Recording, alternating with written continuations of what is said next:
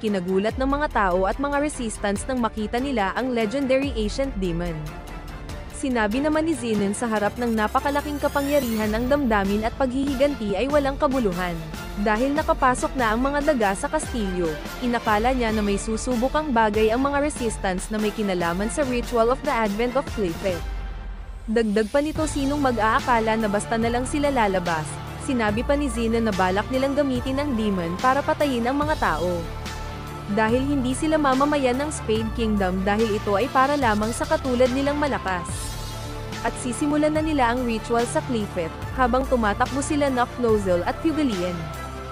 Ay namangha ito sa magic at tinanong ni Fugalian kung okay lang ang lahat sa labas. Sinagot naman ito ni Knock na okay lang sila.